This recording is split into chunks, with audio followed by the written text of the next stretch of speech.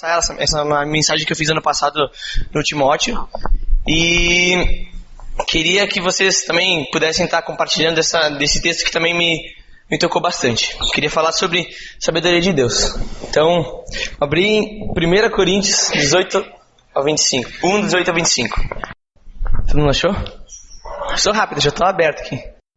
Pois a mensagem da cruz é loucura para os que estão perecendo, mas para nós que estamos sendo salvos é o poder de Deus. Pois está escrito: destruirei a sabedoria dos sábios e rejeitarei a inteligência dos inteligentes. Onde está o sábio? Onde está o erudito? Onde está o questionador desta era? Acaso não tornou Deus louca a sabedoria deste mundo? Visto que, na sabedoria de Deus, o mundo não o conheceu por meio da sabedoria humana. Agradou a Deus salvar aqueles que creem, por meio da loucura da pregação. Os judeus pedem sinais miraculosos, e os gregos procuram sabedoria. Nós, porém, pregamos a Cristo, o qual de fato é escândalo para os judeus e loucura para os gentios. Mas para os que foram chamados, tanto judeus como gregos, Cristo é o poder de Deus e a sabedoria de Deus. Pois a loucura de Deus é mais sábia que a sabedoria humana, e a fraqueza de Deus é mais forte que a força do homem. Muita coisa nesse texto, né? E eu acho que a gente vê que ele fala de loucura e de sabedoria, então o que será que Deus quer que a gente seja? Ele quer que a gente seja louco, como está ali, ou ele quer que a gente seja sábio? O que ele deseja da gente? Quer que a gente seja louco, como diz o próprio dicionário, louco e sábio aqui. Disse daquele que perdeu a razão, alienado, doido, maluco, intenso, vivo, absurdo, contrário à razão. Sábio, aquele que sabe muito, que tem extensos e profundos conhecimentos, aquele que anseia pelo saber. O que pelo texto, será que Deus fala pra gente ser? Será que é pra gente ser louco? Será que é pra gente procurar sabedoria? Eu acho que, olhando aquilo que a gente vive e o que é pregado aí fora, é que a gente tem que procurar saber, a gente tem que ser o melhor em tudo que a gente faz. Não que a gente não tem que procurar isso, mas a gente tem que saber. A gente tem que conhecer as coisas. Se a gente saber as coisas, a gente vai ser o melhor de todo mundo. A gente vai estar na frente de todo mundo. E parece mais atrativo, não sei pra vocês, mas pra mim parece. Só que a razão é que Deus quer que a gente procure a loucura, aquilo que a gente acha que é loucura, né? Que a gente pode ver no 18. Pois a mensagem da cruz é loucura para os que estão perecendo, mas para nós que estamos sendo salvos é o poder de Deus. A sabedoria de Deus muitas vezes é vista aí fora como alguma coisa que é louca. Quando vocês, por exemplo, falaram assim, eu vou pra igreja. O pessoal fala, né, perca de tempo, tá jogando o teu tempo fora, ou tá jogando o teu tempo no lixo.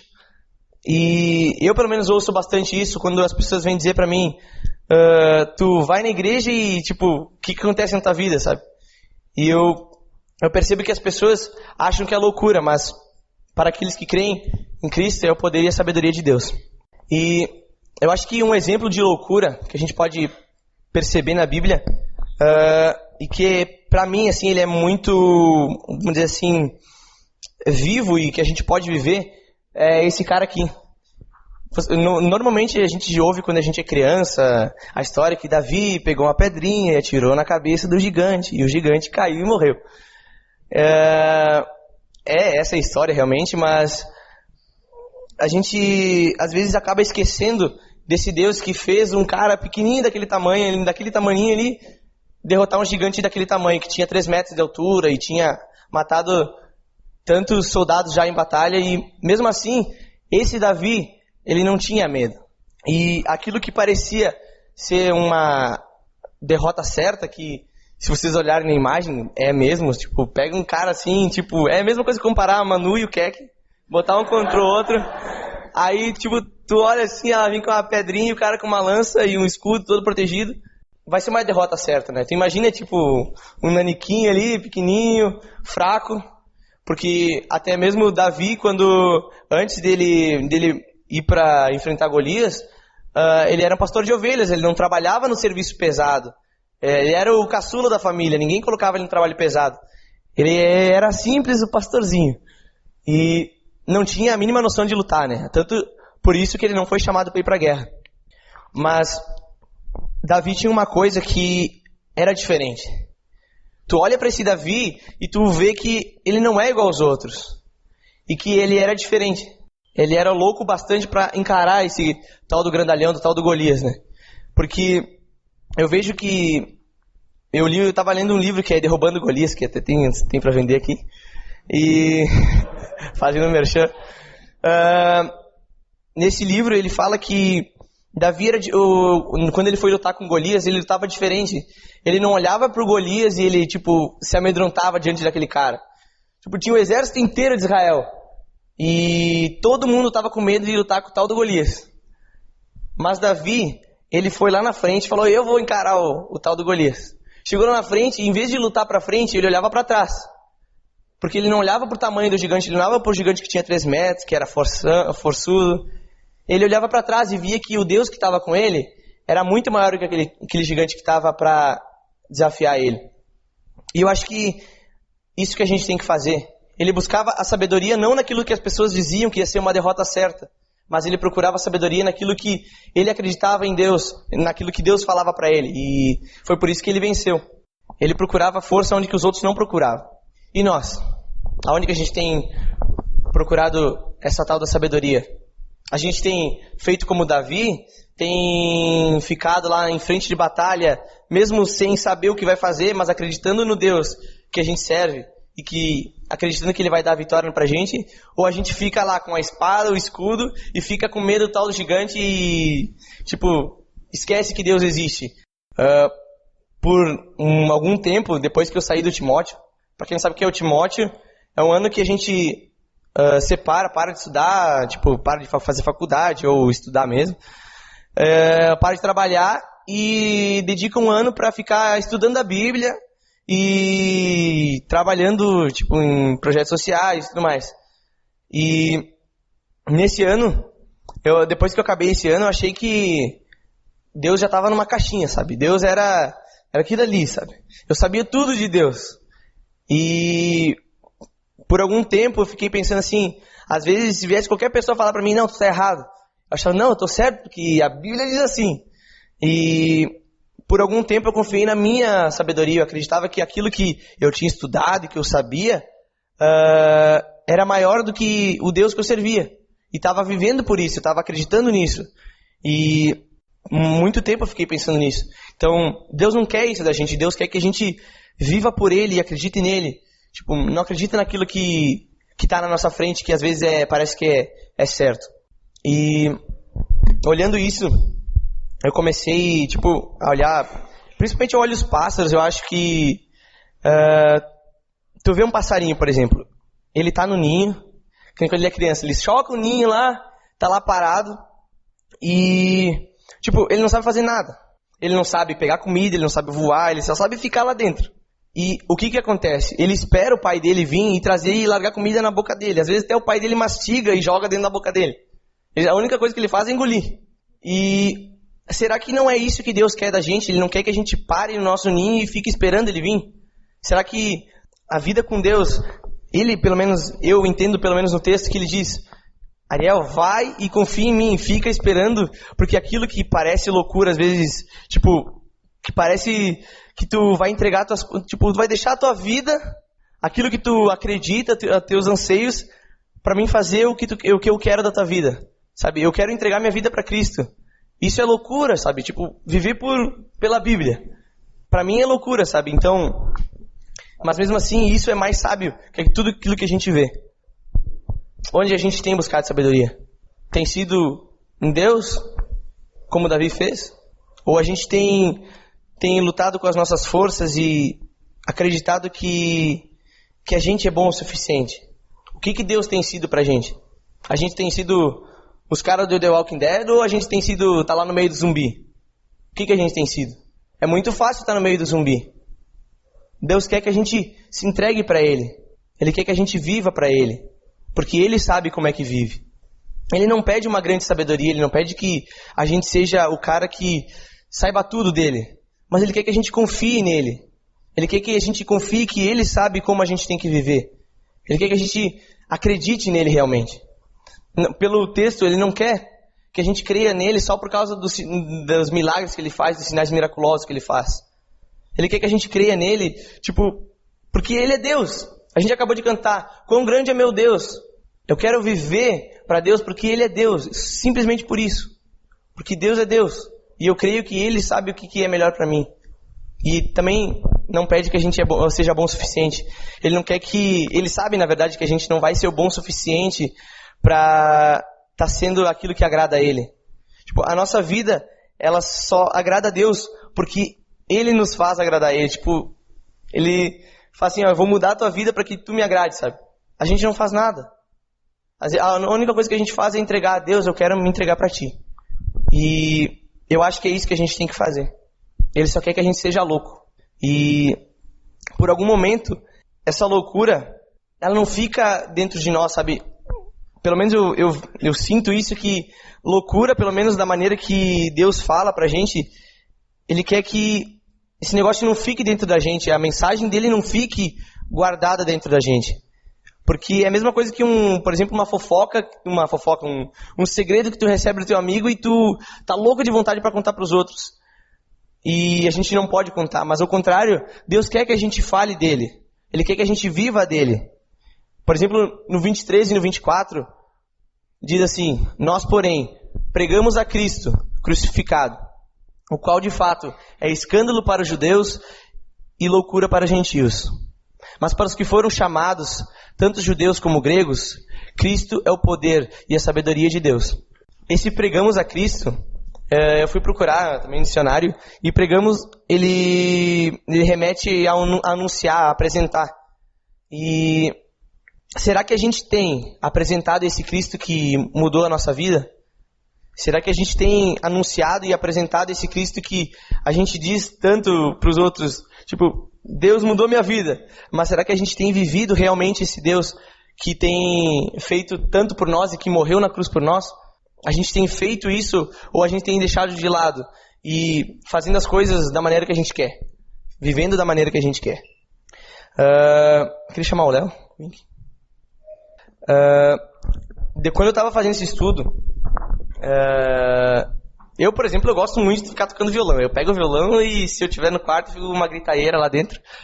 E minha mãe sempre me xinga, cala a boca, mas eu tava pensando a nossa vida como se fosse um violão, sabe?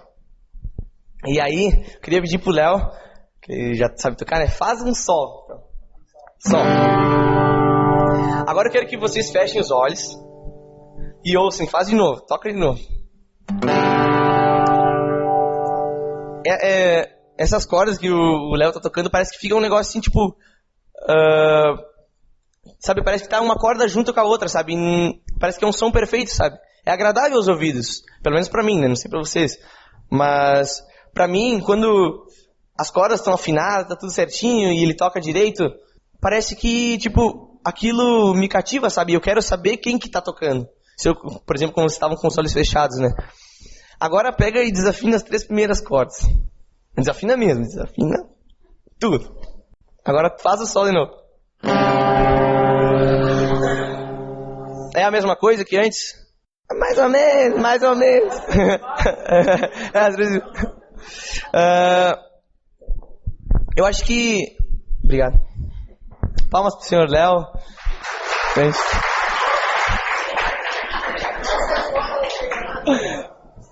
Vai, estoura. Agora, para pensar. A gente é o violão e o Léo era Deus. O Léo não é Deus, mas ele estava fazendo como se fosse Deus. Desde quando eu comecei aqui, o violão estava parado, ele não estava fazendo som nenhum, né? E quando o Léo veio, ele sabe tocar violão. E ele fez a nota. E quando ele fez a nota com as cordas totalmente afinadas, ali estava certinho, o som era bom. E agradava a ele e agradava a todo mundo que estava ouvindo. Mas quando ele desafinou as cordas, ficou um som totalmente diferente, um som estranho. E por mais que ele saiba tocar, ficou um som ruim. Se a gente é o violão, a gente tem que estar afinado. Como é que vai sair um som da gente se a gente não está permitindo que o cara que sabe tocar esteja afinando a nossa vida. E Deus sabe realmente como afinar. O violão não se afina sozinho. Toda vez que tu vai tocar o violão, tu tem que afinar ele, porque ele está sempre desafinado. A mesma coisa com Deus. Deus sabe tocar a nossa vida, mas Ele quer afinar todo dia a nossa vida. A gente tem que deixar todo dia, a gente tem que acreditar nele, porque Ele sabe como afinar a nossa vida e Ele sabe como tocar, para que não só Ele goste do som, mas para que todo mundo que ouça esse som também se agrade e queira saber quem que toca. E se de alguma forma Deus pede isso da gente, é porque a gente tem que estar em intimidade com Ele. Como é que a gente vai falar de um Deus que a gente não vive junto com Ele? Como é que a gente vai falar de algo que a gente não conhece? A gente tem que viver Deus. A gente tem que deixar Deus afinar a nossa vida. Às vezes vai doer, eu garanto que dói. Porque se tu, por exemplo, se o violão falasse, tu ia perguntar para ele, dói quando o cara te afina? É óbvio que dói, porque estava confortável para ele. Mas quando Deus muda a nossa vida, é para que saia um som perfeito e não saia aquele som estragado que estava saindo. Essa é a missão que Deus deixou pra gente. Que a loucura transforme a nossa vida, aquilo que as pessoas dizem que é loucura, porque elas não entendem, seja anunciado e que a gente viva isso primeiro e depois passe adiante, que não fique dentro da gente. Deus quer que a gente mande isso para fora e para que mais pessoas possam estar entendendo quem é esse Deus. E, por fim, o que mais me alegra, por exemplo, quando eu vejo esse texto, é que Deus nos mostra que aquilo que às vezes a gente é até meio que discriminado, dizendo assim, tu é crente, tu é burro, por exemplo. Eu já vi várias vezes, crente é burro. E eu acho que aquilo que Deus está falando nesse versículo quebra totalmente com isso, sabe? Porque a loucura de Deus é mais sábia que a sabedoria humana. E a fraqueza de Deus é mais forte que a força do homem. Deus fala que, por mais que as pessoas venham dizer pra gente, é loucura, é perca de tempo, Deus é muito mais que isso. Deus não se limita numa caixinha que a gente entende. Deus é maior. E por isso que às vezes, eu pelo menos, quando eu não conhecia Deus, eu também achava que era loucura. Eu também achava que era perca de tempo. Mas hoje eu percebo que aquilo que Deus é muito maior do que eu posso entender. E por muitas vezes eu disse que era loucura. Mas isso é muito mais sábio do que a gente possa entender. E se, por exemplo, a gente voltar para Davi, esse Davi que era pequenininho, era fraco, não tinha força, não sabia lutar, mesmo assim, ele acreditou na sabedoria desse Deus. Enquanto todos os filisteus que estavam no outro lado, enquanto todos os caras de Israel estavam no mesmo lado que ele e diziam, tu vai perder, tu vai morrer, porque olha o tamanho do cara. Mesmo assim, ele acreditou em Deus. Ele acreditou nesse Deus que servia e que estava dizendo, eu consigo te livrar disso. Eu já te livrei de um urso, já te livrei de um leão. Isso não é mais um, é só mais um para a lista. Às vezes a gente começa a acreditar naquilo que a gente enxerga e naquilo que a gente acha que é certo. E a gente acaba esquecendo que Deus é maior que isso, é maior que a gente. Deus criou todo esse mundo. Por que não confiar a Ele? Ele sabe como fazer as coisas, Ele sabe como viver realmente. A gente só precisa acreditar. Eu gostaria que você estivesse abaixando a sua cabeça agora e pensando, será que eu tenho confiado nesse Deus, eu tenho acreditado nesse Deus que deu a vida por mim e que Ele sabe o que tem que fazer? Eu tenho vivido como Davi viveu e acreditado que eu posso vencer o gigante? Eu sei que às vezes a gente tem problemas, a gente tem dificuldades na nossa vida, mas o gigante era só uma dificuldade para Davi. E esse Deus fez ele vencer e ele provavelmente pode fazer tu vencer também. Então, qual tem sido o teu gigante hoje? Qual tem sido aquilo que tem te atrapalhado e tem te amedrontado? E eu acho que a gente tem que acreditar mais em Deus e viver esse Deus que um dia fez Davi vencer e pode fazer a gente vencer também. Deus, eu queria te agradecer por esse dia, agradecer porque a gente pode confiar em Ti e nada mais, Pai. A gente pode saber que Tu é Deus e que Tu sabe aquilo que a gente tem que fazer e que Tu nos mostra, Pai. Basta a gente confiar, basta a gente deixar que Tu viva por nós, Pai. Que a gente esteja se tornando cada vez mais, e a cada dia, Pai, a gente possa estar se tornando cada vez mais louco. E como muitas vezes eu já ouvi, Pai, dizendo que cristão é nadar contra a maré, eu sei que a gente pode lutar, Senhor, porque Tu nos leva junto contigo e Tu tem força para fazer com que a gente consiga nadar contra a maré. Pai, que as nossas forças estejam depositadas em Ti, porque Tu é além disso, Pai. Tu é mais que a gente pode ver, Pai. A Tua força é muito mais forte que a força humana, Pai. E a Tua sabedoria é muito mais sábia que a sabedoria humana.